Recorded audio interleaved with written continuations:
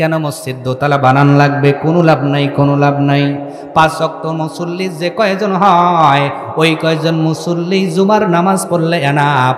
আপনি শুধু জুমার নামাজ পড়ে কি প্রমাণ করতে চান? আমার আল্লাহ কি আপনার জীবনের হিসাব রাখে না নাকি? পৃথিবীর মানুষ, দুনিয়ার জমিনে তোমার মা তোমার পকেট খরচ দিল, তোমার বাবা তোমার স্কুলের পড়াশোনার খরচ দিল, তোমারে মানুষ বানানোর জন্য কষ্ট করলো। ওই বাবার হুকুম ছাড়া তুমি আত্মীয় বাড়ি যেতে পারলা না, ওই মায়ের রাডারের বাইরে তুমি দাদির বাড়িতে 2 দিন থাকতে পারো না খোঁজ খবর লাগায়। আল্লাহ পাক ডাকতে বলে, ও বান্দা বান্দি, তোর মা বাবা তোরে এত কি শুধুমাত্র পকেট খরচ দিল, মানুষ বানালো, এরপরেই তোরে ছেড়ে দেয় না, টেনশনে থাকে। আর আমি আল্লাহ তোরে মায়ের গর্ভে বানাইলাম, হাত দিলাম, পা দিলাম, হায়াত দিলাম, চোখ দিলাম, নাক দিলাম, এত রহমত দেওয়ার পরে কেমন করে তোরে ভুলে থাকি বল? আমি আল্লাহ তোর হিসাব নেওয়ার জন্য কিরামান কাতিবিন কাঁধে ফিট করে দিয়েছি। সুবহানাল্লাহ। তোমার মা বাবা তোমারে 2 দণ্ড না দেখলে ফোন দেয়, কোন বাড়িতে গেল? তুমি মনে করো আমি আল্লাহ ছেড়ে দিয়েছি, হিসাব রাখার জন্য 2 জন সম্মানিত ফেরেশতা দিয়ে দিয়েছি। সুবহানাল্লাহ বলেন না? তাহলে আল্লাহ পাক হিসাব নেবেন কি নেবেন না বলেন তো? তাহলে আপনি যে 34 ওয়াক্ত নামাজ মিস করে শুধু জুমার দিনে 2 রাকাত পরে আপনি কিভাবে হাঁটতেছেন? মনে হয় জান্নাতে ঢুকে গেছেন। আপনার অবস্থা দেখে তো এইটাই মনে হয়। না না না না না, মসজিদ আজকে জুমার দিনের জন্য হবে না, মসজিদ হবে 5 ওয়াক্ত নামাজের জন্য। ঠিক কিনা বলেন? আমার নবীর সময় মসজিদ ছিল কাঁচা, মুসল্লি ছিল পাকা, মসজিদের দেওয়াল ছিল মাটির, ইমান ছিল পোক্ত। দুনিয়া থেকে 10 জনকে আল্লাহ জান্নাতের সার্টিফিকেট দিয়েছেন। আজকে আমার বাংলাদেশ তো তামাম পৃথিবীর ময়দানে ইয়াকুত পাথর আপনার কি বলে, সেই দামি দামি পাথর দ্বারা মসজিদ হইতেছে, টাইলস দ্বারা মসজিদ হয়, আপনার এয়ার কন্ডিশনের মসজিদ হয়। কিন্তু ইমানের দিকে ফিট না থাকার কারণে গোটা বাংলাদেশের মানুষ ফিলিস্তিনের জন্য দোয়া করে, দোয়া কবুল হয় না। কথা বলেন না কেন? তার মানে আজকে মালের চেয়ে ভেজাল বেশি, আসলের চেয়ে দানের চেয়ে সিটা বেশি। এই জন্য দাম হইতেছে 5 ওয়াক্ত নামাজে 5 জন, আপনার জুমার দিনে লোক বইরে গেল, তাহলে সিটা বেশি না আসল বেশি? কথা কয় না, আরো জোরে। এই যে ইরি কাটবেন, কাটার পরে মোহনপুর বাজারে ধান নিয়ে গেলেন, একজনের ধান হলো ফ্রেশ আধা মন, আর একজনের ধানও আছে, সিটাও আছে, পাতামো আছে, তার দান হলো 1.5 মন। এইবার বলেন আধ মনের দাম বেশি হইব না 1.5 মনের দাম বেশি হইব? কথা হয় না? ওর আধা মন ফ্রেশ ধান, এই জন্য ওর তাই বেশি দাম হইব। আপনার ধান আছে, সিটে আছে, পাতামো আছে, ও মগটা খাওয়া ছাড়া কোনো বুদ্ধি। কথা কয় না? এই জন্য তোমার আমার জীবনে ভালো কিছু আছে, খারাপও আছে, সিটাও আছে, পাতামো আছে। সমাজের মধ্যে আসল দানের চেয়ে সিটা পাতাম বেশি হয়ে গেছে। এই জন্য ঈদের নামাজের মাঠেও আমরা যখন বলেছি রব্বানা, আল্লাহ কয় শুনলাম না, কারণ আসল মুসল্লির চেয়ে ভেজাল মুসল্লি বেশি। জামানা দিওয়ানা ও গো মা আমিনা, জামানা দিওয়ানা, তোমার লালের নাই তুলনা মাগো, তোমার লালের।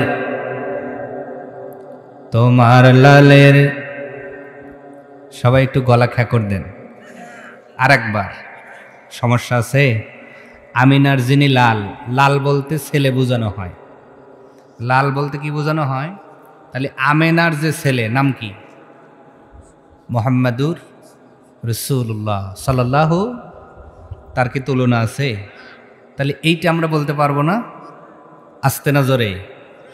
তোমার লালের নাই তুলনা, তোমার লালের জামানা দিওয়ানা ও গো মা আমিনা, জামানা দিওয়ানা ও গো মা আমিনা, তোমার লালের নাই তুলনা মাগো, তোমার লালের নাই তুলনা। মেঘে মাথায় ছায়া দিত, রোদ না লাগে গায়ে, গরম মরু পায়ের তলায় শীতল হয়ে যায়।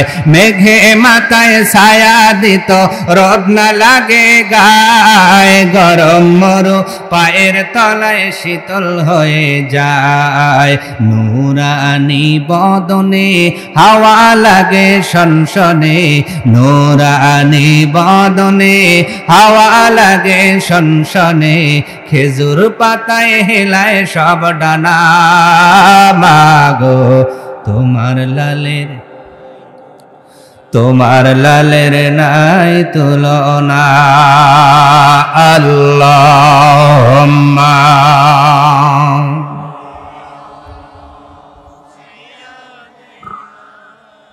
মাওলানা ওয়া আলা আলি সাইয়্যিদিনা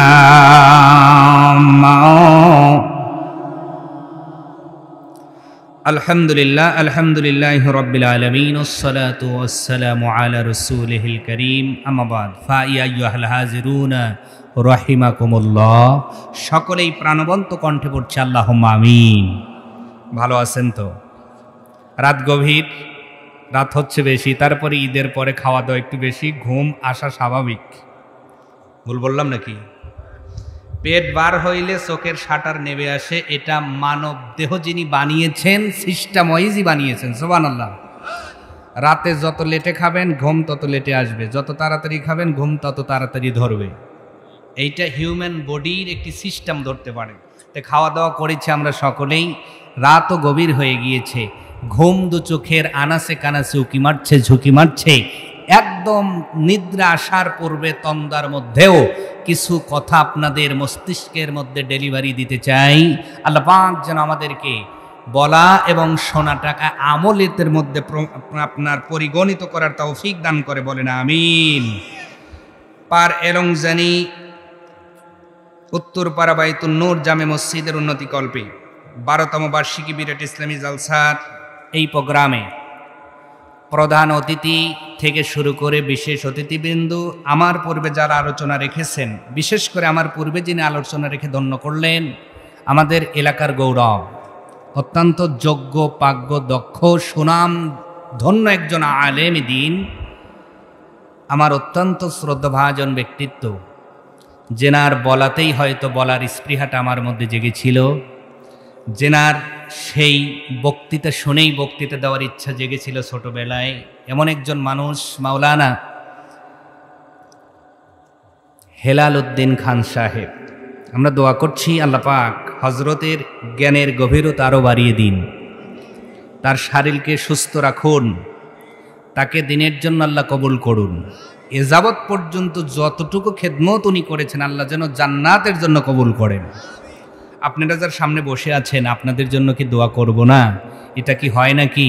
কারণ আমরা বক্তারা একজন যাইতেছি খাইতেছি আর একজন আইসে ওয়াজ করতেছি, আপনারা ওই যে ইশার পইরে বসছেন, অনেকের পেশাব চাপছে তাও ওঠেন নাই। আপনাদের জন্য দোয়া আরও বেশি হওয়া দরকার, ঠিক কিনা? যারা কষ্ট করে বসেছেন আমি দোয়া করছি আল্লাহ প্রত্যেকটা আল্লাহর এই বান্দাকে যেন তার খাস বান্দা হিসেবে কবুল করেন। দোয়া ছোট করি না, একটু জোরে বলেন আমিন। আল্লাহর যদি খাস বান্দা হতে পারেন বিনা হিসাব জান্নাতে চলে যাবেন। যারা কষ্ট করে কোরআন শুনতে বসে আছেন জান্নাতের মধ্যে আল্লাহ যেন কোরআনের আসরে আপনাকে কবুল করেন। আর ভূমিকা নয়, আসুন আমরা কোরআনুল কারিম থেকে কথা শুনবো। 7 নম্বর সূরা, সূরার নাম সূরা আল আরাফ। আরাফ শব্দের অর্থ হলো উঁচু স্থান। কি স্থান? 7 নম্বর সিরিয়াল এই সূরাটা পাবেন। এই সূরার 156 নম্বর আয়াত তেলাওয়াত করা হলো। কিতাবটার নাম কি? জোরে বলুন, আবার বলেন। শুধু কোরআন বলেছেন, অফ র আলিফ নুন, কমপক্ষে 40 নেকি আপনার আমলে হয়ে গেছে। তাহলে সোয়াব ইনকাম করা কত সহজ, অথচ আমরা অধিকাংশ মানুষ জাহান্নামে যাব, কারণ ঈদ উদযাপন হয় গান গায়া। কথা বলে না। এই যে আমি আসলাম রাস্তা দিয়ে, কাইলে হুজুর কয়েকটা ঠিক করছে, কথা কয় না? কি হুজুর আছে না?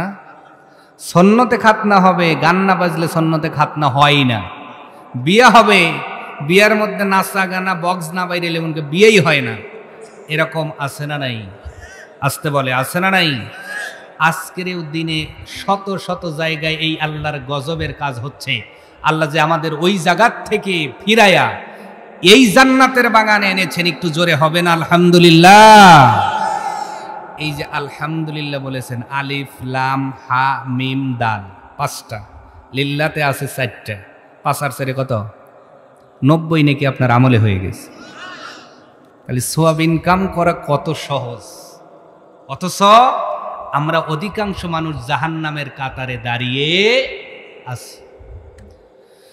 সম্মানিত হাজিরিন, রাত গভীর হয়ে গেল, যেই কিতাব থেকে কথা বলবো আর শুনবো কিতাব, তার নাম আপনারা বলেছেন কোরআন।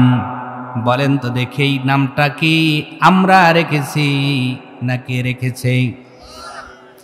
এই কিতাবের নাম দ্বিতীয় বক্তা রাখে নাই, প্রধান বক্তা রাখে নাই, তৃতীয় বক্তাও রাখে নাই, এলাকার কোনো হাজী সাহেব রাখে নাই। এই কিতাবটার নাম একজন রেখেছেন, জবান নাড়িয়ে বলেন তিনি কে? শুধু কি মুখের কথা, দলিল আছে না নাই? আসতে বলবেন না, জোরে বলেন আছে না নাই? সম্মানিত ভাইয়েরা, সূরা ওয়াকিয়ার ৭৭ নম্বর আয়াতে রব্বুল আলামিন বলেন, ইন্নাহু লাকুরআনুন কারীম।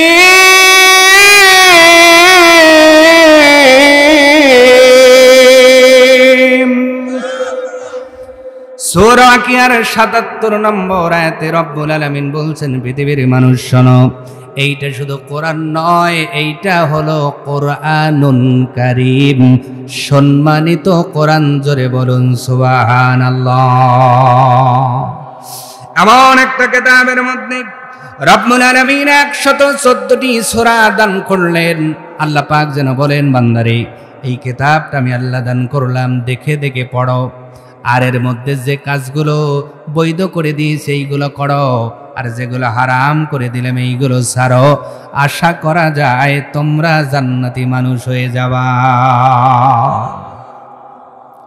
ও বান্দা, তাকায় দেখো, এই লাইট যিনি বানালেন, ভালো করে বুঝবেন, লাইট যিনি আবিষ্কার করলেন, লাইট কিনতে গেলে লাইট একটা কভারের মধ্যে থাকে, ওই কভার থেকে লাইটটা টান দিয়ে বের করলে লাইটের সঙ্গে ছোট্ট আকারে একটা গাইড বুক বের হয় কি হয় না? কথা বলেন। ফ্রিজটা কিনলে ফ্রিজের সঙ্গে গাইড বুক বের হয় কি হয় না? ফোনটা কিনলে ফোনের সঙ্গে গাইড বুক বের হয় কি হয় না? ক্যামেরা কিনলে ক্যামেরার সঙ্গে গাইড বুক বের হয় কি হয় না?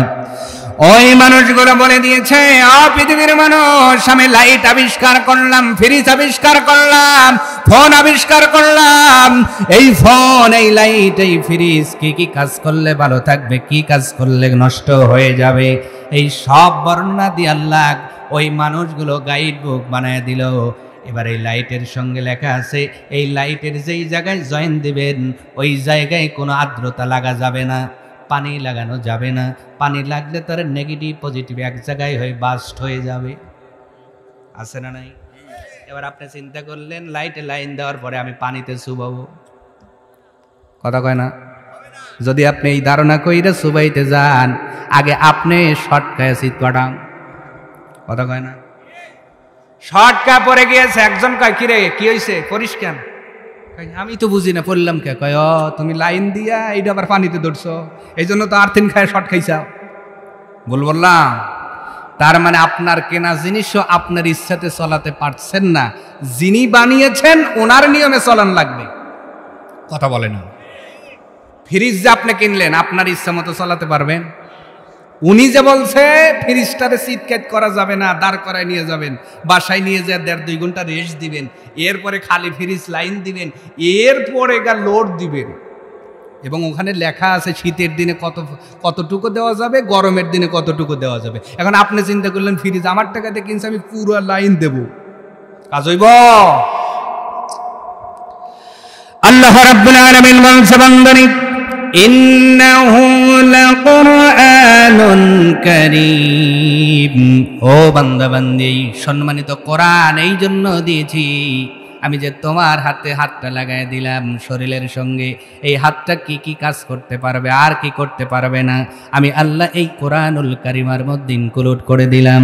তোমার পাটা কোন রাস্তায় চলতে পারবে, কোন রাস্তায় চলতে পারবে না, এই বিধিনিষেধগুলো আমি কোরআনুল কারিমার মধ্যে দান করে দিলাম।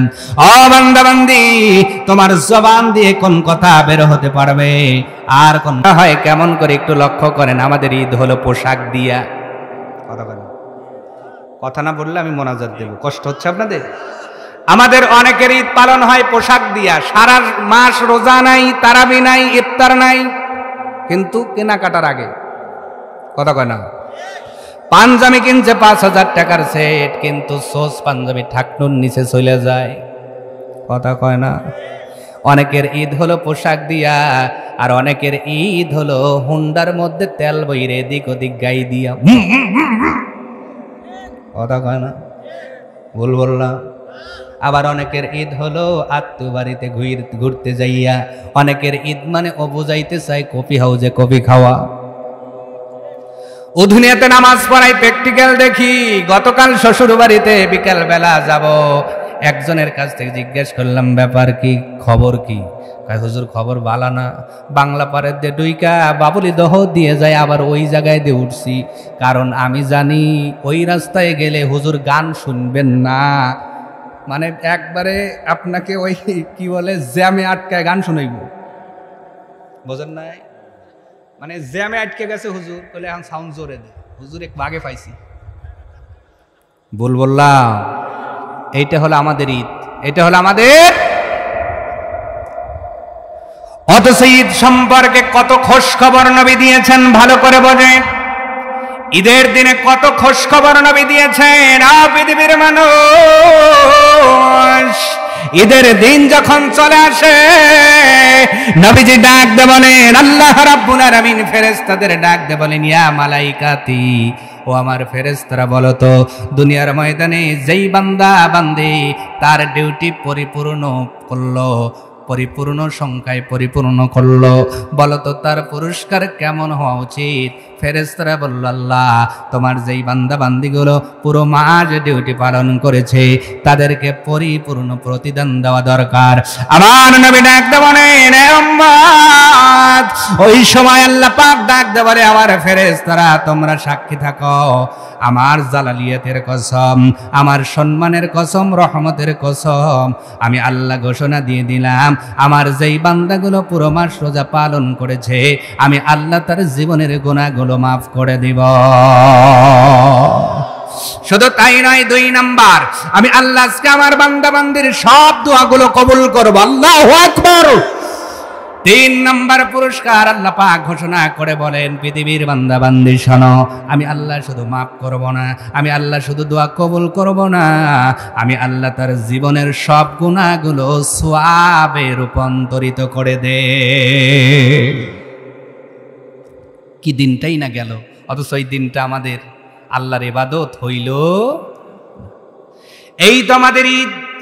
ঈদ মানে খুশি, ঈদ মানেই গাওয়াগাওয়ি, ঈদ মানেই নাচানাচি, ঈদ মানেই হুন্ডাবাজি, ঈদ মানেই রেসিং, ঈদ মানেই তাস খেলা, কথা বলে না। ঈদ মানেই কি খেলা?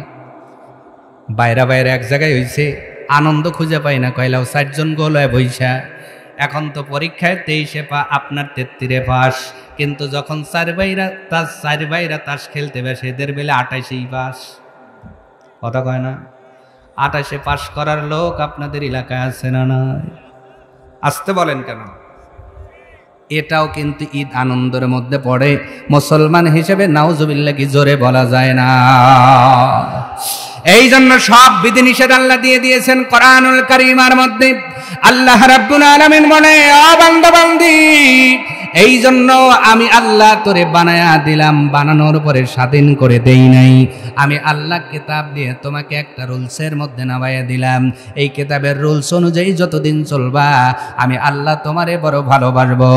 আর যতক্ষণ তুমি এই কোরআনটা না মানবা আমি আল্লাহ গায়রিল মাগদুবি আলাইহিম ওয়ালাদ-দাল্লিন ওই কাতারের মধ্যে তোমাকে নিক্ষেপ করে দেওয়া হবে।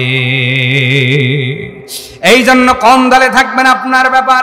এমন একটা কোরআনুল, এমন একটা কিতাবের মধ্যে 7 নম্বর সূরা, সূরার নাম সূরা আল আরাফের 156 নম্বর আয়াতের মধ্যে রব্বুল আলামিন একটা বক্তৃতা দিলেন। এই বক্তৃতাটা আল্লাহ সাইয়েদনা মূসা আলাইহিস সালামের বক্তৃতা ইনক্লুড করেছেন। কার বক্তৃতা? সাইয়েদনা মূসা আলাইহিস সালামের কথাগুলো আল্লাহ তুলে ধরেছেন যখন মূসা আলাইহিস সালাম তুর পাহাড়ে চলে গিয়েছেন। আপনারা ঘটনা জানেন। কোথায় গেলেন? তুর পাহাড়ে গেলেন। কেন গেলেন? ওই যে গোবৎসকে পূজা করা হয়েছিল, আল্লাহ যখন রাগান্বিত হয়ে গেলেন, আল্লাহ যখন ক্রোধান্বিত হয়ে গেলেন, গজব দিবেন। সাইয়েদনা মূসা আলাইহিস সালাম যখন ক্ষমা প্রার্থনা করলেন, আল্লাহ পাক বললেন, মূসা রে, তোমার একা দোয়া কবুল হবে না, একা চাইলে হবে না, তুমি 70 জন লোক নির্ধারণ করো, জোগাড় করো। তোমার জাতির মধ্যে 70 জন লোককে বাছাই করো। সাইয়েদনা মূসা আলাইহিস সালাম 70 জন লোককে বাছাই করলেন। এই 70 জন লোক সাইয়েদনা মূসা আলাইহিস সালামের সাথে যখন তুর পাহাড়ে চলে গেলেন, আল্লাহর নবী মূসা তুর পাহাড়ে উঠে মালিকের সঙ্গে যখন কথা বলা শুরু করলেন, এই 70 জন ডাক দিয়ে বললেন, ও জামানার নবী, তুমি যে আল্লাহর সঙ্গে কথা বলো ওই আল্লাহকে আমরা এই চরমচোখে দুনিয়ায় দেখতে চাই। নাউজুবিল্লাহ বলে আরো জোরে। আল্লাহরে দেখা যায়, কথা কয় না, দেখা যায়। এর দলিল আছে না নাই? আল্লাযীনা ইউমিনুনা বিল গায়ব।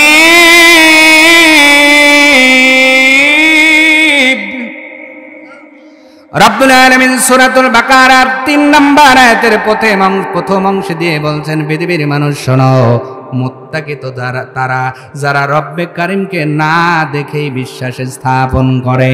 তার মানে দুনিয়ার জমিনে চর্মচোখে আমার আল্লাহকে দেখা যাবে না, দেখেই বিশ্বাস করতে হবে।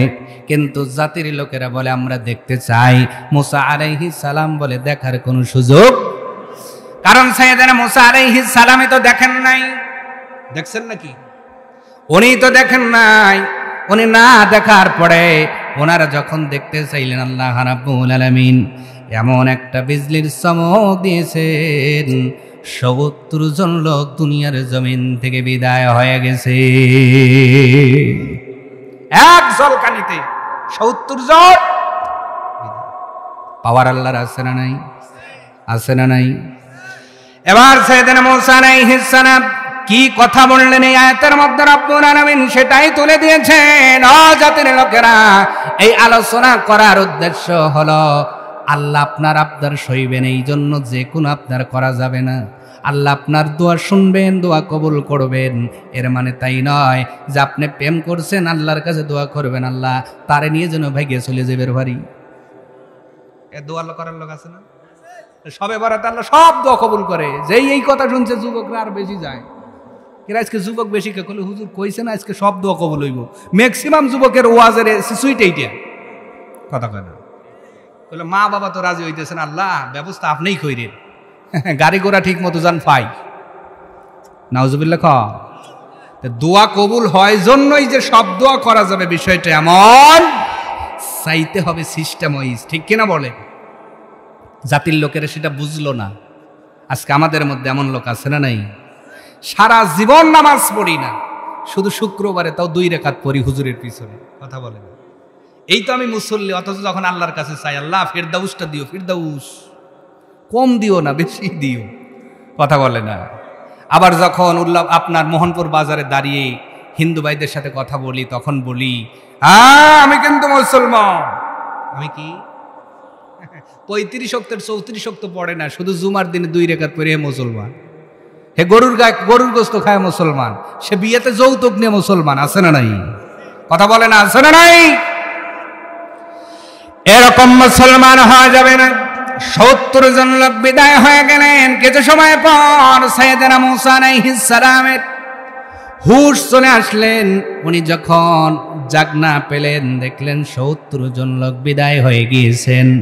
আল্লাহর নবী মূসা ডাকতে বললেন, মালিক, আপনি নিয়ে গেলেন তাদের সঙ্গে, কেন আমাকেও নিয়ে গেলেন না? কারণ এখন যদি আমি জাতির কাছে চলে যাই, জাতির লোকেরা বলবে হয়তো আমি তাদেরকে হত্যা করেছি। বলেন নাউজুবিল্লাহ। আল্লাহ ভালো ছিল, এদের সাথে আমাকেও আপনি নিয়ে গেলে ভালো হইতো। আল্লাহ রাব্বুল আলামিন বলে, বান্দারে ও মূসা তুমি শোনো, না না, কারণ মরণের ব্যাপারে ডিসিশন নেওয়ার পাওয়ার আমি আল্লাহ দুনিয়ায় কাউকে দেই নাই। মরণ সম্পর্কে ডিসিশন, সিদ্ধান্ত একজন নেবেন, মুসলমানের মতো জবান নাড়িয়ে বলেন তিনি কে? এবার আল্লাহর নবী মূসা বললেন, আল্লাহ তাআলা যেহেতু ইচ্ছা করলেই মরার সুযোগ নাই, ইচ্ছা করলে বাঁচানোর সুযোগ নাই। 70 জন লোক আমার সামনে দুনিয়ার জমিন থেকে বিদায় হয়ে গেল। সাইয়েদনা মূসা আলাইহিস সালাম বললেন, ওয়াকতুব লানা ফি হাযিহি দুনিয়া হাসানাতাও ওয়া ফিল আখিরাতি ইন্না হুদনা ইলাইক।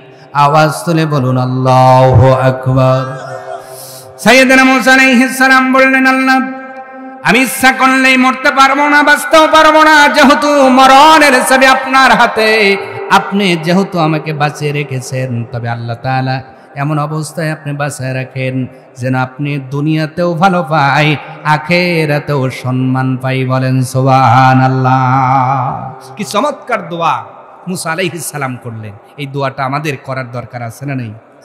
এই জন্য আমরা বলি রব্বানা আতিনা ফিদ দুনিয়া হাসানা। এই দোয়াটা ছিল সাইয়েদনা আদম আলাইহিস সালামের। আল্লাহু আকবার। এই দোয়াটা কার ছিল বলেন তো? আমরা যেই দোয়াটা বারে বারে নামাজে পড়ি না, রব্বানা আতিনা ফিদ দুনিয়া হাসানা ওয়া ফিল আখিরাতি হাসানা ওয়া কিনা আযাবান নার, রব্বানা যালামনা আনফুসানা। এই যে দোয়া সাইয়েদনা আদম আলাইহিস সালামের, সুবহানাল্লাহ বলে। মূসা আলাইহিস সালাম সিমিলারিটি সাদৃশ্যপূর্ণ দোয়া আল্লাহর কাছে করলেন, আল্লাহ দুনিয়াতে ভালো দেন, আখিরাতেও ভালো দিয়েন। এবার বলেন তো, চাইতে হবে দুনিয়ার জন্য আগে না আখিরাতের জন্য আগে? কার জন্য? এইটা বুঝলেন? এই জন্যই বললাম রাত বেশি হয়েছে, ওয়াজ কিছু যাবে ভিতরে, কিছু যাবে বাইরে। ডাইরেক্ট আল্লাহর নবী বলছেন রব্বানা আতিনা ফিদ দুনিয়া হাসানা, আর এখানে উনি বললেন ফি হাযিহি দুনিয়া হাসানা। আল্লাহ আগে দুনিয়ায় ভালো দেন। তাহলে এইবার বলেন, ভালো আগে কার জন্য চাবো? আরো জোরে, আরো জোরে। তাহলে আমরা আগে কার জন্য ভালো চাবো? আল্লাহ দুনিয়ায় ভালো দেন, এরপরে আখেরাতে ভালো দিয়েন। সুবহানাল্লাহ। তাহলে ওয়াজটাও কি আগে দুনিয়া রইব না আখেরাতে রইব? আসতে বলে, ওয়াজটা কি আগে দুনিয়ার হওয়া দরকার না আখেরাতের হওয়া দরকার? তা আমরা ওয়াজ করলে অনেক মানুষ বলে, হুজুর খালি কবরের নিচের মানে মাটির নিচের ওয়াজ আর আকাশের উপরের ওয়াজ করবেন। এই যে দুনিয়ায় আমরা চুরি করি, ঘুষ খাই, সুদ খাই, এইটা করবেন না। এরকম লোক আছে না নাই? অথচ দোয়ায় আপনি বলতেছেন আল্লাহ দুনিয়ায় ভালো দেন, আগে আখেরাতে পরে দিয়ে। তাহলে ওয়াজটাও আগে দুনিয়ায় ভালো হওয়া লাগবে, এরপরে আখেরাতে ভালো হওয়া লাগবে, ঠিক কিনা? কথা কি ক্লিয়ার বোঝেন? সমস্যা হচ্ছে? সম্মানিত হাজিরিন, লক্ষ্য করেন, তাহলে আল্লাহর নবী মূসা আলাইহিস সালাম দোয়া করলেন। এবার আল্লাহ কি জবাব দিয়ে দিলেন ভালো করে বোঝেন। রব্বুল আলামিন বলে দিলেন, মূসা তুমি শুনে নাও, তোমার দোয়া কবুল হলো ঠিক, কিন্তু শুনে নাও, ক্বালা আযাবি ইউসিবু বিহি মান আশা।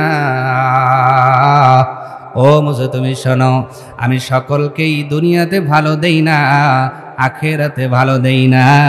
ও মূসা শুনে নাও, কিছু কিছু কাজের কারণে আমি আল্লাহ কিছু মানুষকে দুনিয়াতেই শাস্তির সম্মুখীনে দাঁড় করায়া দে।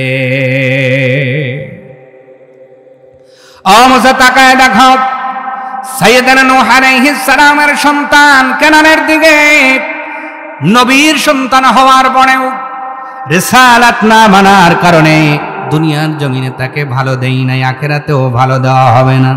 আল্লাহ কথা দ্বারা বক্তৃতা দ্বারা বুঝাইলেন, আল্লাহর কাছে যদি দুনিয়া এবং আখিরাতে মঙ্গলময় জীবন কামনা করি, অবশ্যই কোরআন সুন্নাহর আলোকে জীবন গড়তে হবে, অন্যথায় ভালো আশা করা যাবে না। ঠিক কিনা বলেন? আসতে বলেন। সম্মানিত ভাইয়েরা, স্লোগান দিয়ে ভালো পাওয়া যাবে না, মিছিল করে ভালো পাওয়া যাবে না। যদি ভালো পেতে চান, ভালো মতো কাজ করা লাগবে। কোরআন মোতাবেক আমরা কাজ করব। মুসা নবীর জাতিরা তাওরাত সম্পর্কে কাজ করছে।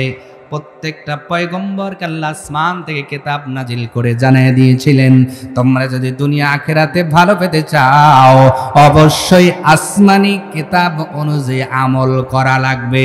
আওয়াজ তুলে বলা যাবে কি সুবহানাল্লাহ? দুনিয়া আখিরাতে ভালো পেতে কোন কিতাব? জোরে জোরে।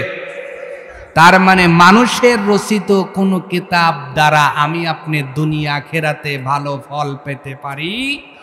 ভালো ফল দুনিয়া আখিরাতে পেতে হলে অবশ্যই আসমানি কিতাবের ফয়সালা মেনে নিতেই হবে। যদি আপনি চান যে আপনি দুনিয়ায়ও ভালো থাকবেন, আখিরাতেও ভালো থাকবেন, আর যদি চিন্তা করেন না আমার আখিরাত দরকার নাই, দুনিয়াতে কোনো মতে একটা বিল্ডিং হইলেই হয়, তাহলে ওটা আপনার ব্যক্তিগত ব্যাপার। এ সাইডে আমার কোনো আপাতত কথা বলার কোনো স্কোপ নাই, অন্য সময় বলা যাবে। আজকের এই বক্তৃতা অনুযায়ী আমরা যেটা বুঝতে পারছি সেটি হলো, দুনিয়া আখিরাতে ভালো পেতে হলে আসমানি কিতাবের ফয়সালা মেনে নিতেই হবে, দল মত নির্বিশেষে। এখানে কোনো দলীয় কথা হচ্ছে না, এখানে হচ্ছে আসমানি কিতাবের কথা। ঠিক কিনা আমার ভাইয়েরা? এবার আল্লাহ রাব্বুল আলামিন আরেকটা কনসেপ্ট বললেন, আরেকটা অংশ বিশেষ নাজিল করে জানায় দিলেন, মুসা তুমি শুনে নাও, আমি আল্লাহ শুধু আযাবে গ্রেফতার করি না, আমার দুনিয়ায় এমনও বান্দা বান্দি আছে যাদেরকে আমি আল্লাহ ভালোবেসে আমার রহমতের চাদর দ্বারা ঘিরে রাখি।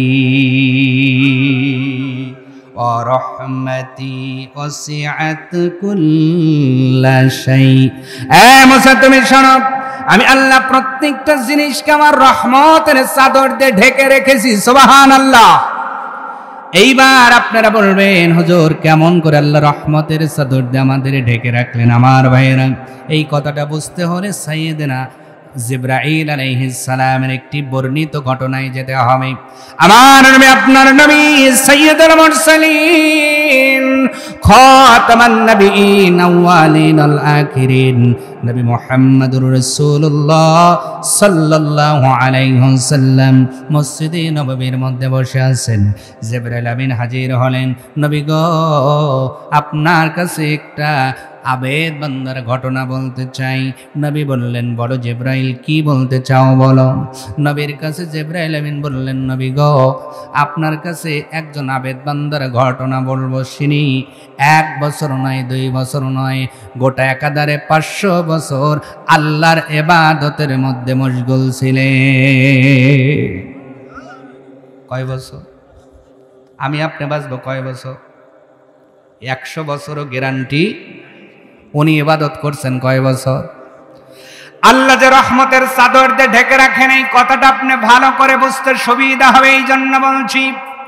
ও পারেরঞ্জনীর মুসলমান, অন্তরের কান লাগিয়ে ভালো করে কথাটা শ্রবণ করেন। আজকে আল্লাহর রহমত আপনি খুঁজে পান না, অথচ আল্লাহর রহমত ছাড়া একটু কদম আপনি অগ্রসর হতে পারবেন না। আল্লাহর রহমত ছাড়া জন্মাতেও পারেন নাই, আল্লাহর রহমত ছাড়া আপনি দেখতেও পারেন না, আল্লাহর রহমত ছাড়া খেতেও পারেন না, আল্লাহর রহমত ছাড়াই হাত দ্বারা কোনো কিছু ধরতেও পারবেন। সব কিছু কার রহমত? আরো জোরে বলেন, কার রহমত?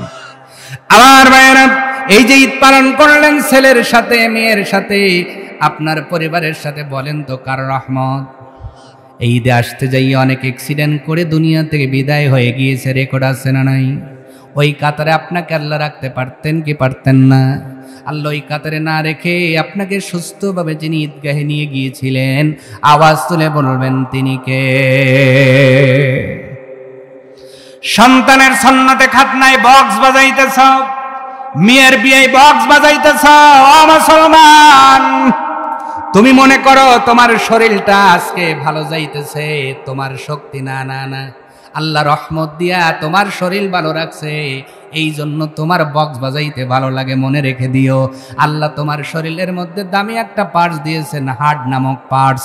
এই পার্টসের মধ্যে একটা বার যদি চিহ্নিত দেয়, বক্সও ভালো লাগবে না, গানও ভালো লাগবে না, তোমাকে নিয়ে উল্লাপাড়া কেয়ারের মধ্যে দৌড়ান লাগবে। কথা বলে না? এইটা কার রহমত? আরো জোরে। সম্মানিত ভাইয়েরা, জিবরাইল আমিন বলছেন, নবী গো এক হাত হারে 500 বছর ইবাদত করলেন। নবী বলেন, ও জিবরাইল কোন জায়গায় ইবাদত করলো? জিবরাইল আমিন ডাকতে বলেন, নবী গো ওই লোকটা এই জনবহুল অঞ্চল ছেড়ে একটা দ্বীপের মধ্যে, চতুর্দিকে সমুদ্রের পানি, নোনা পানি, কোথাও কোনো মিঠা পানি নাই, ওই দ্বীপের মধ্যে একটা পাহাড়ের গুহার মধ্যে লোকটা 500 বছর ইবাদতের মধ্যে মশগুল। নবী ডাকতে বলেন, জিবরাইল রে, এত একটা নিস্তব্ধ এলাকার মধ্যে লোকটা যে 500 বছর ইবাদত করলো, বলো তো জিবরাইল খাবার জন্য খাবার জিনিস কোথায় পাইল? প্রশ্ন আছে না নাই? জিবরাইল আমিন ডাকতে বললেন, নবী গো এটাই তো আল্লাহ পাকের রহমত, এটাই তো রহমত। রব্বুল আলামিন প্রত্যেকটা মাখলুককে রহমতের চাদর দিয়ে ঘিরে রেখেছেন। ওই লোকটা যখন সেই দ্বীপের মধ্যে আল্লাহর ইবাদতের মধ্যে মশগুল হয়ে গেল, রব্বুল আলামিন ওই লিটার লিটার গ্যালন গ্যালন নোনা পানির ভিতর থেকে পাহাড়ের চুয়ে চুয়ে মিঠা পানির ঝর্ণা ওই বান্দার জন্য রব্বুল আলামিন ফিট করে দিয়েছে। শুধু তাই নয়, পাথর ছিঁড়ে একটা বেদানা গাছ, আনার গাছ, ডালিম গাছ আল্লাহ উদ্বহন করে দিলেন। আল্লাহু আকবার। পাহাড় ছিঁড়ে, পাথর ছিঁড়ে ডালিমের গাছ যখন আপনার উদ্ভাবন হয়ে গেল, ফুটে উঠল, প্রতিদিন সকাল সন্ধ্যায় রব্বুল আলামিন ওই বান্দার জন্য একটা করে ডালিমের ব্যবস্থা করে দেয়। আওয়াজ তুলে বলা যায় নাকি সুবহানাল্লাহ? ডালিম খায়, পানি খায়, ওযু করে, নামাজ পড়ে। 1 বছর নয়, 2 বছর নয়, গোটা কয় বছর? 500 বছর ইবাদত করল। একদিন সিজদার মধ্যে যাইয়া আল্লাহর কাছে ওই আবেদ বান্দা দোয়া করল, আল্লাহ দীর্ঘদিন তোমার ইবাদত করি, আল্লাহ তাআলা তোমার কাছে একটি আবদার, আমাকে যদি দুনিয়ার থেকে নিতে হয়, সিজদা অবস্থায় আমি দুনিয়ার থেকে যেতে চাই। আল্লাহ আমার রূহটা যেন সিজদা অবস্থায় কবজ হয়। রব্বুল আলামিন তার এই দোয়াটাও কবুল করলেন। জিবরাইল আমিন ডাকতে বলেন, ওগো নবীজি, আমি জিবরাইল আসা যাওয়ার পথে, দুনিয়ার মধ্যে আসা যাওয়ার পথে লক্ষ্য করে দেখেছি লোকটা সিজদার মধ্যে আছে, সিজদার মধ্যে আছে। একটা দিনে সিজদার মধ্যেই আজরাইল আমিন তার রূহটা কবজ করে ফেললেন। 500 বছর ইবাদত করার পরে সিজদার মধ্যেই তার রূহটা কবজ হয়ে গেল। ওগো নবীজি, রূহটা কবজ হয়ে যাওয়ার পরে যখন আল্লাহর কাছে নিয়ে যাওয়া হলো, আল্লাহ রাব্বুল আলামিন ফেরেশতাদের ডাক দিয়ে বললেন, আমার ফেরেশতারা রে, আমার এই বান্দাটাকে আমার রহমতের কারণে জান্নাতে নিয়ে যাও। কিসের কারণে জান্নাতে নিয়ে যাও? রহমতের কারণে জান্নাতে নিয়ে যাও। লোকটা ডাক দিয়ে বলল, মালিক, আমি 500 বছর ইবাদত করেছি, আপনি বললেই তো পারতেন ইবাদতের কারণে জান্নাতে নিয়ে যাও, আপনি কেন বললেন রহমতের কারণে জান্নাতে নিয়ে যাও? আল্লাহ পাক ডাক দিয়ে বলে, ও আমার গোলাম, তুমি আমার রহমত ছাড়া তোমার ইবাদত কইরা তুমি কি গর্ববোধ মনে করো নাকি? এই কথা বলার পরে আল্লাহ রাব্বুল আলামিন বললেন, আমার বান্দা তুমি যাও, 500 বছর ইবাদতের ইবাদতের সওয়াব দেখি তো তোমার কয় মিনিট থেকে। এই চিন্তা করে আল্লাহ রাব্বুল আলামিন বান্দাকে হাসরের ময়দানের সেই উত্তপ্ত মরুভূমির মধ্যে ছেড়ে দিবেন। দেওয়ার পরে সেই সূর্যের তাপের কারণে বান্দাটা বড় পাগল পারা হয়ে যাবে, তৃষ্ণার্ত হয়ে যাবে, ক্ষুধান্বিত হয়ে যাবে, পেটের মধ্যে ক্ষুধা আসবে, গলাটা শুকায় যাবে, পানির জন্য হাহাকার করবে, কোথাও কোনো পানি নাই। এমন সময় জান্নাতের একজন ফেরেশতা এক পেয়ালা পানি নিয়ে দাঁড়িয়ে যাবে। লোকটা ডাক দিয়ে বলবে, ভাই এতটুকু পানি যদি পাইতাম আমার কণ্ঠটা বড় শীতল হয়ে যেত। ও বান্দা চিন্তা করে দেখ, ওই পাহাড় ঘেসে ঘেসে মিঠা পানি কত গ্যালন গ্যালন তোরে পান করাইছি।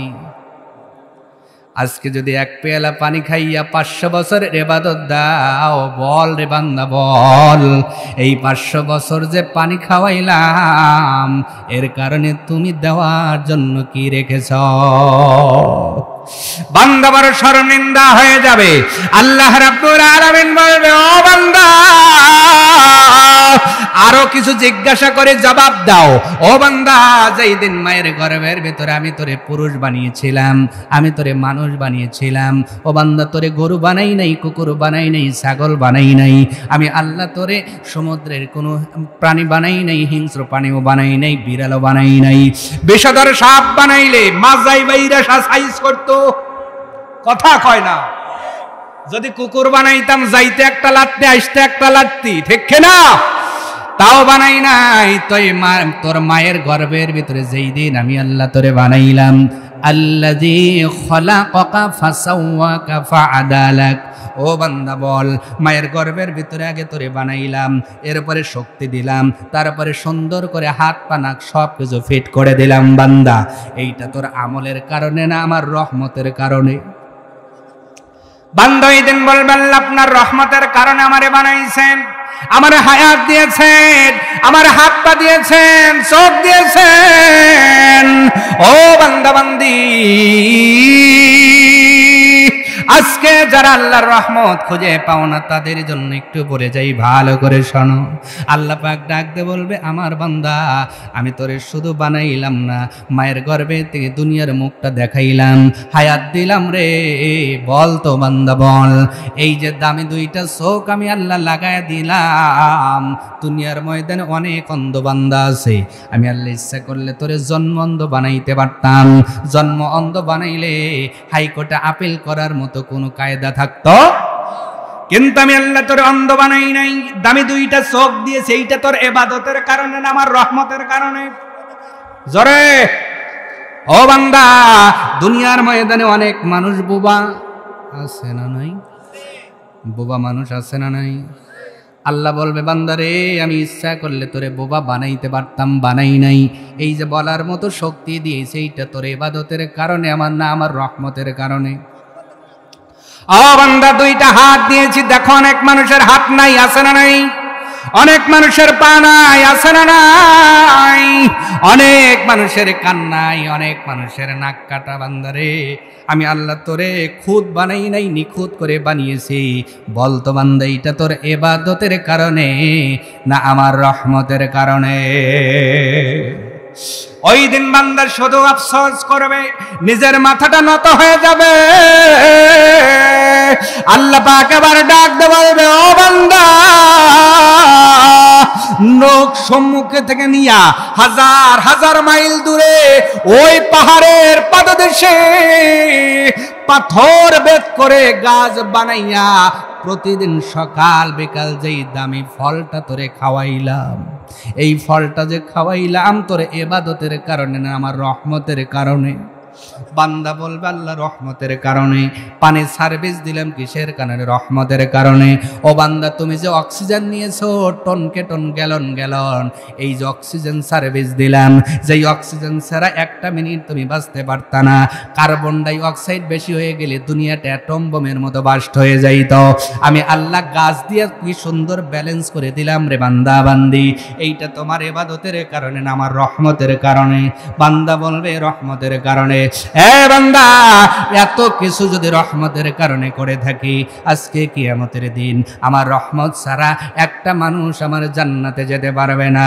এই জন্য বলেছি রে বান্দা, তোর ইবাদতের কারণে নয়, আমার রহমতের কারণে তুমি আমার জান্নাতে চলে যাও।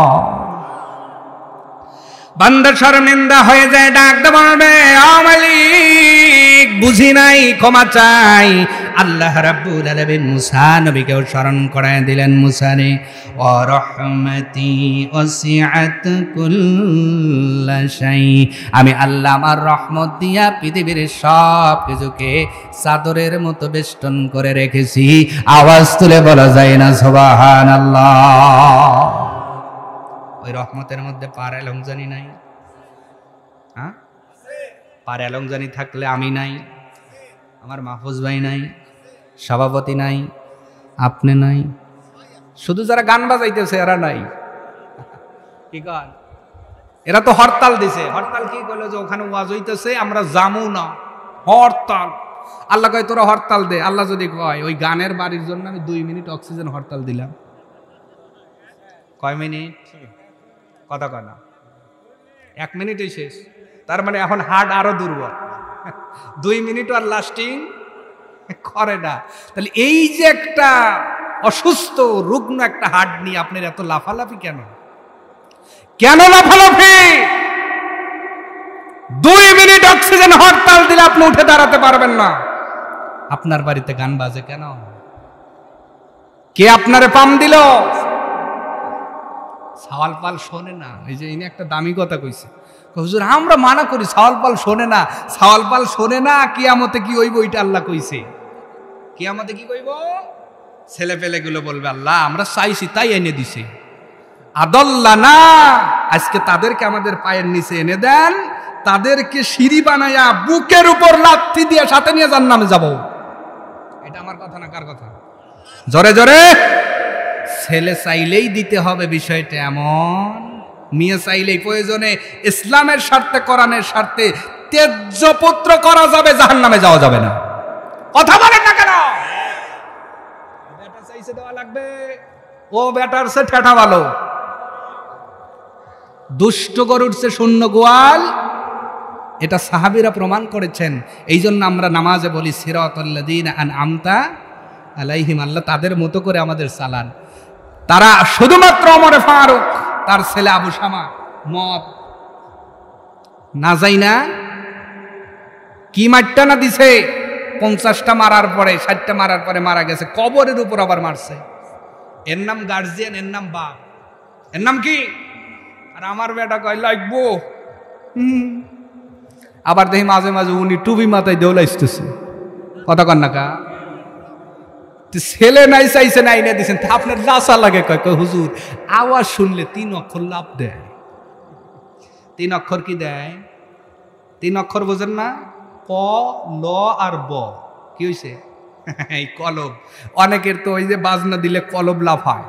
তাই জন্য যখন পোলাপান লাফায় দেখবেন, এখন এই যে ইউটিউব ফেসবুকের দৌলতে এটাও দেখা যায়, মুরব্বী হাজি মানুষ, মহিলা মানুষ একসাথে। কথা কয় না?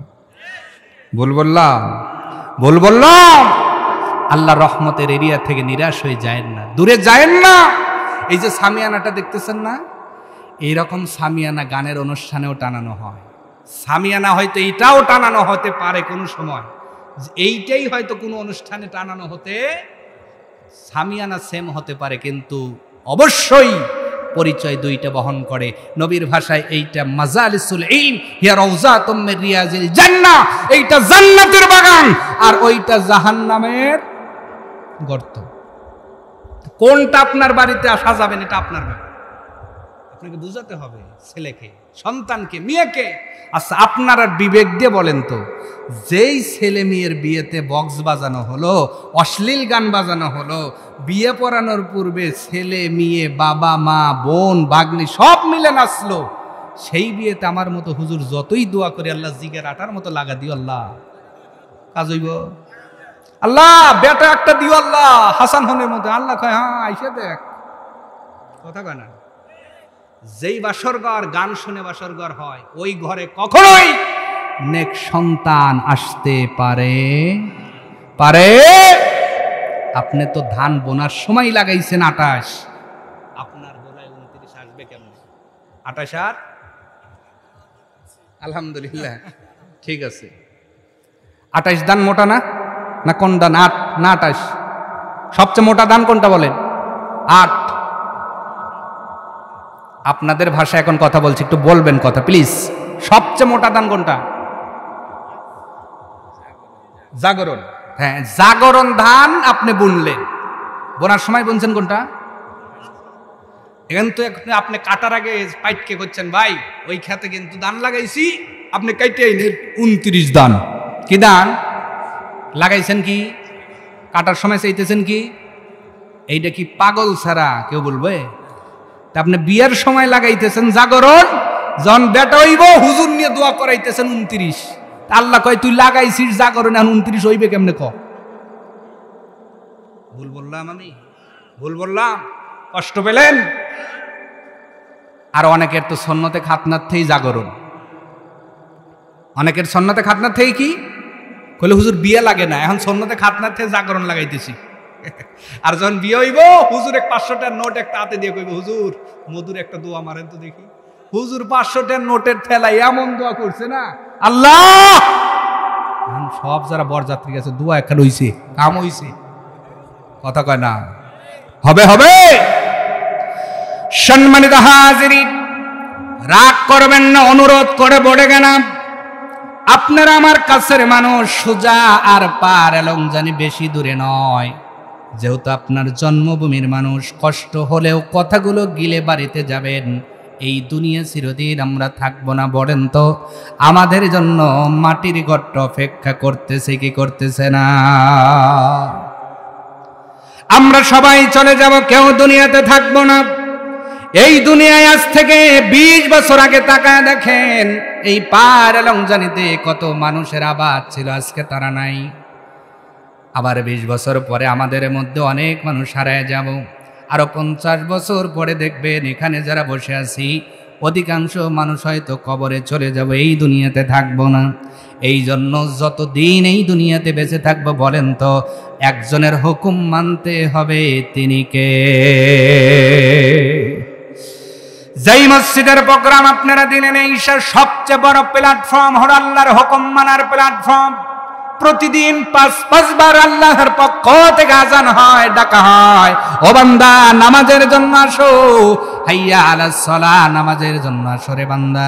তোমার কলিজার মধ্যে শয়তান যেই মরিচিকা ফেলে দিয়েছে, গানের মরিচিকা, নাসার মরিচিকা, যৌতুকের মরিচিকা, সুদের মরিচিকা, ঘুষের মরিচিকা, আইল ঠেলার মরিচিকা রে বান্দা, তোমার অন্তরের মধ্যে মরিচিকাগুলো এই নামাজে, ঘরের মধ্যে, মসজিদের মধ্যে আসলে রব্বুল আলামিনের রহমতে সব মরিচিকা ঝরে যায়। এটা হলো মরিচিকা ঝরানোর ঘর। সুবহানাল্লাহ। আসসালাতু তানহাউনা আনিল ফাহশাই ওয়াল মুনকার। এখানে আসলে তো সব অন্যায় ছুটে যাওয়ার কথা, কিন্তু আজকে অন্যায় ছুটতেছে না। এর পিছনে কারণ হয়ে কয়েকটা আছে। একটা হলো নামাজ হচ্ছে কিছু মানুষের, অথচ সেটা নবীর নামাজ হচ্ছে না, আর কিছু মানুষের নামাজই হচ্ছে না। ভুল বললাম? কিছু মানুষ নামাজ পড়তেছে কিন্তু তাদের নামাজটাও নবীজির নামাজের সাথে মিলতেছে না, এই জন্য অন্যায় ছাড়তেছে না। আর কিছু মানুষ তো মসজিদে যাইতেইছে না। ভুল বললাম? আজান হচ্ছে, কি হচ্ছে? আজান হচ্ছে, পরেও আমি নামাজের সময় ইরিক্রেশনের সময় ইরি লাগাতে ব্যস্ত, নিরাতে ব্যস্ত, আমি বাজারে ব্যস্ত, দোকানে ব্যস্ত, মা বোনরা হেসেলে ব্যস্ত, ঘর লেপায় ব্যস্ত। মুসলমান হিসেবে আজান শোনার সঙ্গে সঙ্গে যে নামাজের জন্য প্রস্তুতি নিতে হবে, আজকে অনেক মুসলমানের অন্তর থেকে এই চাহিদাটাও উঠে গিয়েছে। ভুল বললাম নাকি? জোরে বলেন। আপনাদের এই আলমপার আলমজানি এই মসজিদে বলেন তো প্রত্যেক 5 ওয়াক্ত নামাজে কয় কাতার মুসল্লি হয় বলেন তো দেখি? এক কাতার হয় না, এক কাতারও হয় না। অথচ মসজিদের গেটআপ দেখলে মনে হয় আপাতত 500-600 লোক ধরবে কমপক্ষে, বেশি ছাড়া কম। কেন এত বড় মসজিদ? 5 ওয়াক্ত নামাজে তো 5 জন 6 জন বা এক কাতার হলো না। কিন্তু এত বড় মসজিদ কেন? কারণ আজকে আমরা মসজিদের কাঠামোগত প্রতিযোগিতায় নেমেছি, মুসল্লি বাড়াতে হবে, এই প্রতিযোগিতায় আমরা নামতে পারি নাই। কথা বলা লাগবে। আজকে আমরা চাকচিক্যর প্রতিযোগিতায় নেমে পড়েছি। দেখে আসলাম ও দুনিয়াতে বড় মসজিদ, ওই রকম মসজিদ বানান লাগবে। দেখে আসলাম নাদা কেন্দ্রীয় জামে মসজিদে এত সুন্দর টাইলস লাগিয়েছে, ওই রকম তার সে ভালো লাগাতে হবে।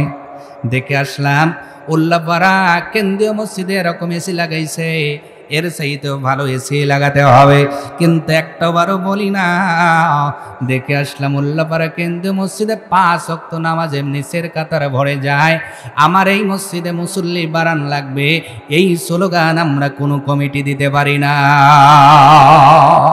ঠিক কিনা বলেন? আজকে রাস্তাঘাটে মসজিদ বানানোর কালেকশন পাওয়া যায়, যায় কি যায় না? হ্যাঁ, কথা বলেন না কেন?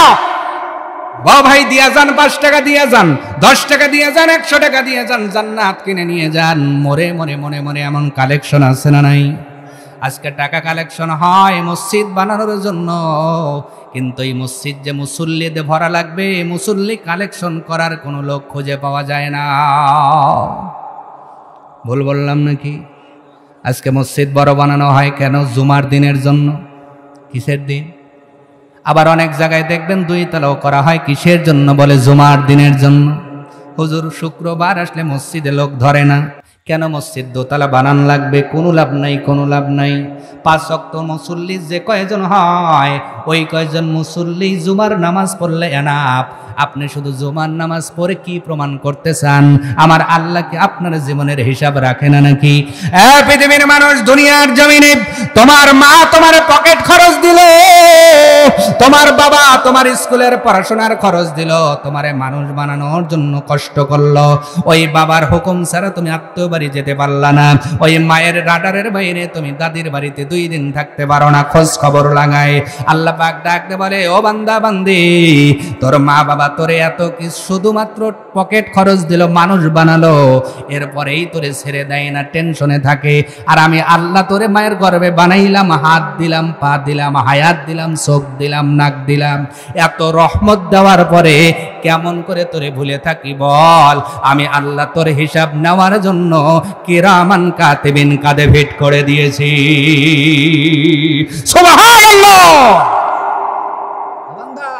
তোমার মা বাবা তোমারে 2 দণ্ড না দেখলে ফোন দেয়, কোন বাড়িতে গেল?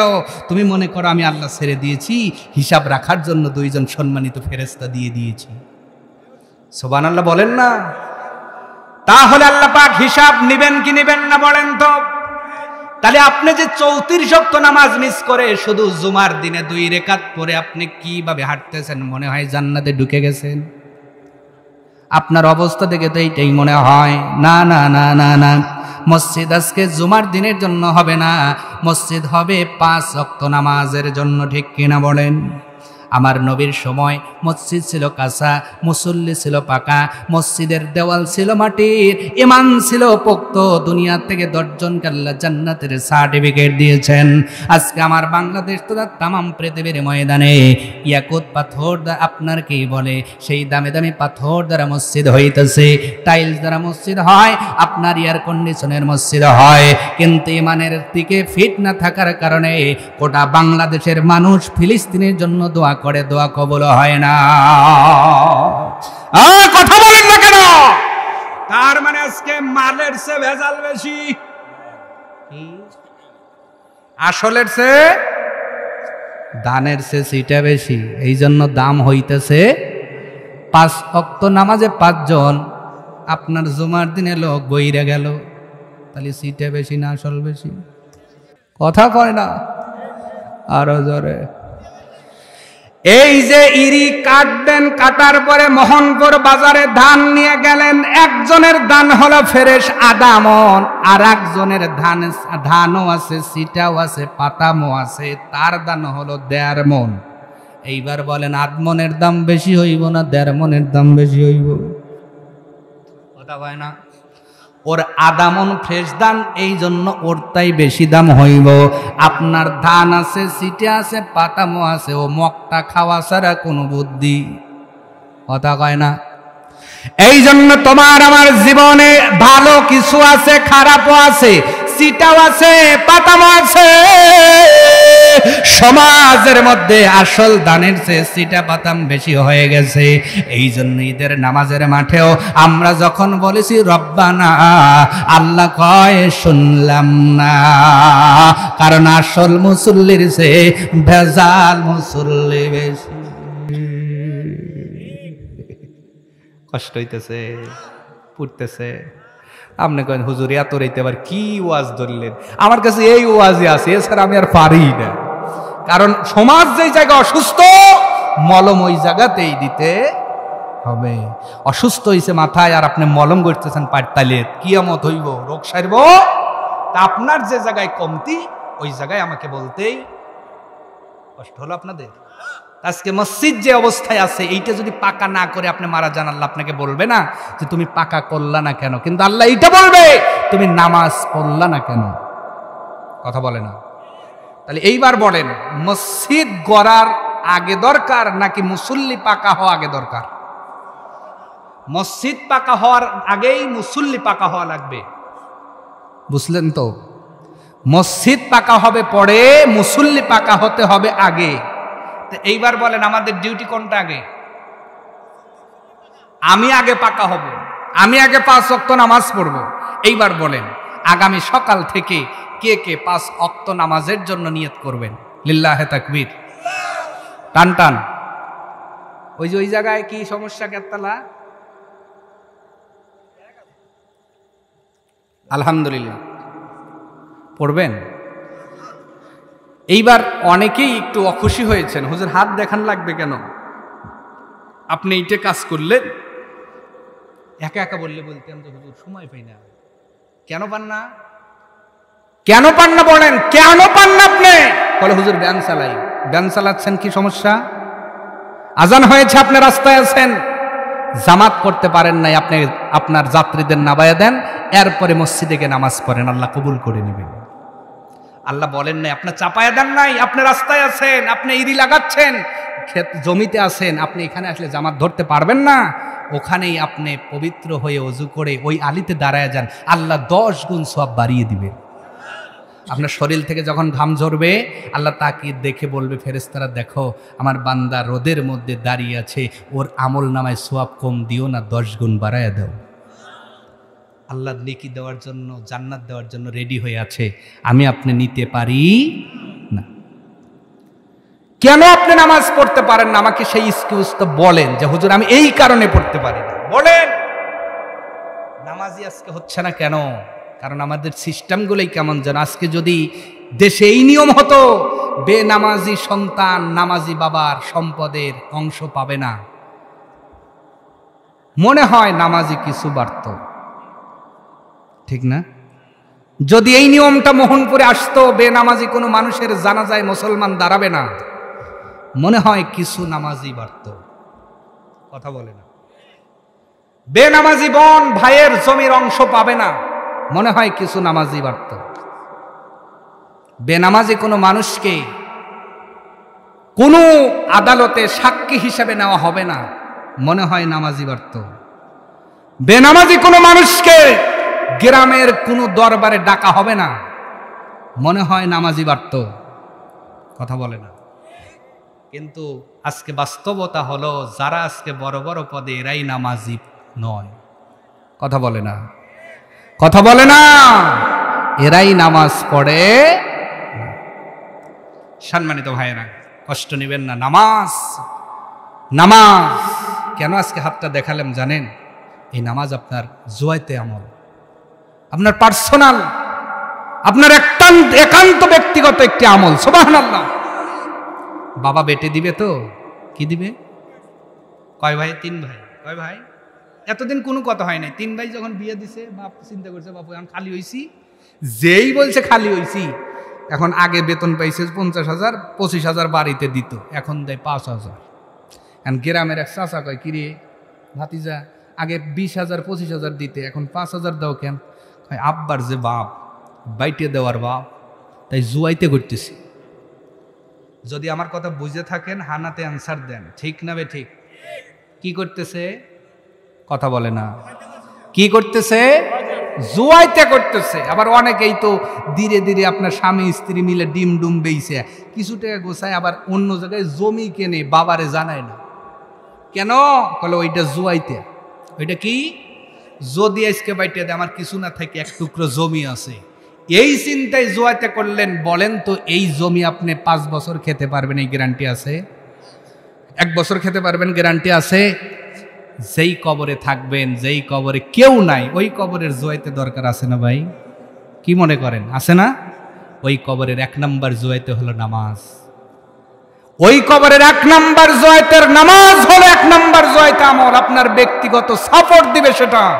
যখন আযাবের ফেরেশতা ঢুকতে চাবে, নামাজ বাধা দিবে, সুবহানাল্লাহ।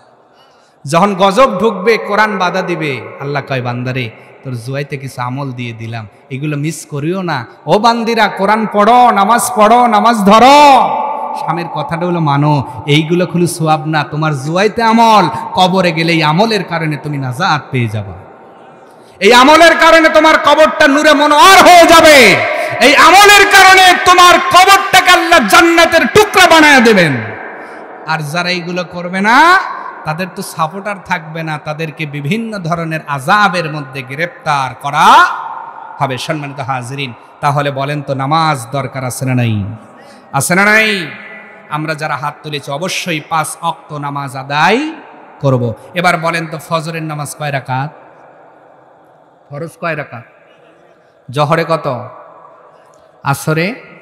মাগরিবে? এনে কত? 4ও না, 2ও না, ওই যে কত? কারণ আছে না? কি মনে করেন? কারণ আছে তো। তাহলে এই কারণগুলো আমরা অনেকেই এখনো জানি না। যদি কারণগুলো জানতাম, আলোচনা আপনার নামাজ পড়তে মজা লাগতো। ও এই কারণে তো মাগরিবে 3 রাকাত হইছে। আবার ইশারে কয় রাকাত? প্রত্যেকটা ওয়াক্তের জন্যই কারণ আছে না নাই? এই ফরজ নামাজের কারণগুলো বলতে গেলে অনেক সময় দরকার। নামাজ নিয়ে কথা বলা দরকার ছিল আমাদের, কিন্তু রাত ইতিমধ্যেই 12টা 13 বাজে। 12টা কত?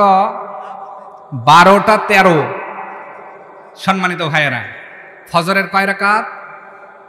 জহরে, আসরে, মাগরিবে, এশারে, এই 5 ওয়াক্ত নামাজের কারণ আছে এবং ঘটনা আছে।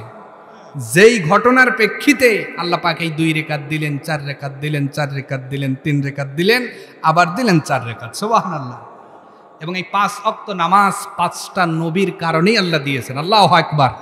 তাহলে কোন নবীর কোন নামাজ আমরা পেয়েছি, এগুলো আমাদের জানার দরকার আছে না? নামাজের মধ্যে আত্তাহিয়াতু পড়েন, এইটা কোত্থেকে পেলেন, এটা জানার দরকার আছে না? প্রত্যেকটা বিষয়টি যদি আমরা এগুলো জানতাম, পড়তে মজা লাগতো, জানতেও মজা লাগতো, মসজিদে ঢুকতে মন চাইতো। আজকে আমরা জানি না তো, জানার চেষ্টাও করি না। হুজুর পরে তাই পড়ি, আমরা নিয়ত ধরে পড়ে আছি, ফ্যান গুনতেছি। হুজুর যখন আল্লাহু আকবার তখন রুকুতে যাই, কারণ হুজুর কি পড়তেছে আমরা বুঝতে পারি, বোঝার চেষ্টাও তো করি না। আপনি চিন্তা করবেন, দেখবেন মক্কা শরীফের ইমাম আব্দুর রহমান আস-সুদাই যখন জাহান্নামের আয়াতগুলো পড়ে, ঝাঁকি দিয়ে কেঁপে ওঠেন, মুসল্লিগুলো হাহা করে কেঁদে দেয়, কারণ ওনারা বোঝে যে আয়াতে কি বলতেছে উনি। আবার যখন জান্নাতের আয়াতগুলো পড়ে, কি লাহন দিয়া ঝংকার দিয়ে পড়ে, খুশি হয়ে হয়ে পড়ে। আর আমরা দৌড়ে পড়ে আছি। আবার ইমাম সাহেব যেমনে পড়ে, অনেক ইমামও তো বোঝে না কি পড়তেছে। কথা কেনা আলহামদুলিল্লাহ রাব্বিল আলামিন রাহমানির রাহিম মালিকিল ইয়াউমিদ্দিন ইয়্যাকা নাস্তাইন ইহদিনাস সিরাতাল লাযীনা আন'আমতা আলাইহিম। এইভাবেই তো আমাদের তারাবি গেল নাকি? যায় নাই না? তারাবি মানেই তারায়া পড়া। হুজুর পড়ান তো, 33 মিনিটে সব শেষ। আছে না নাই? তাহলে ইমামও বুঝলো না কি বললাম, মুসল্লি বুঝলো না কি বললাম। তাহলে নামাজটা কি হলো? আসা যাওয়াই শেষ। আমরা প্রত্যেকটা দোয়ার অর্থ আজ থেকে শিখবো। বিশ্বাস করেন ভাইয়েরা, বাবাজিরা, রাগ কইরেন না। বাড়িতে গিয়ে আজকে যদি সম্ভব হয়, দোয়ায় কুনুত, এই দোয়ায় কুনুতের অর্থটা পড়েন। এই দোয়ায় কুনুতের অর্থ শুধু যদি আপনি বোঝেন, আপনি হেদায়েতের জন্য যথেষ্ট হয়ে যাওয়ার কথা। জান্নাত পাওয়া যাবে, অত সহজ। প্রিয় ভাইয়েরা, আসুন, আমি অনেকক্ষণ কথা বললাম, কিছু ডিউটি আসছে সামনে, এটাও করা লাগবে। প্রয়োজন আছে না? কেন প্রয়োজন? ওই যে বলছি, কিন্তু আগে মুসল্লি পাকা হওয়া লাগবে, তারপরে কাঠামোগত পাকা। এত সময় একটু আপনাদের ইমানের দিকে পাকা করছি, এখন একটু প্রাতিষ্ঠানিক পাকা করার দরকার আছে না নাই? আসতে বলে এখন উঠে যাবেন আপনারা। কেন, কি সমস্যা ভাই? ও লেখবেন অথবা পেশাব আছে? আচ্ছা, তবে আমি আপনাদের অনুরোধ করব কেউ যাবেন না, আপনাদের জন্য কিছু তাবারকের ব্যবস্থা করা হয়েছে, আপনারা একটু নিয়ে যাবেন। আর একটি দোয়া হবে, এই দোয়াটা কি শুধু আমার জন্য হবে, সভাপতির জন্য হবে, না আপনাদের জন্য হবে? সবার জন্য হবে। এই জন্য যত কষ্ট করে তো বসেছিলেন, একটু দোয়াটা করে যাবেন, এই আবদার আপনাদের কাছে। আমি অল্প সময় স্লিপগুলো পড়েই আপনাদের নিয়ে মোনাজাতে শরীক হবে ইনশাআল্লাহ। এটা প্রথমে কে দিলেন আমার কাছে?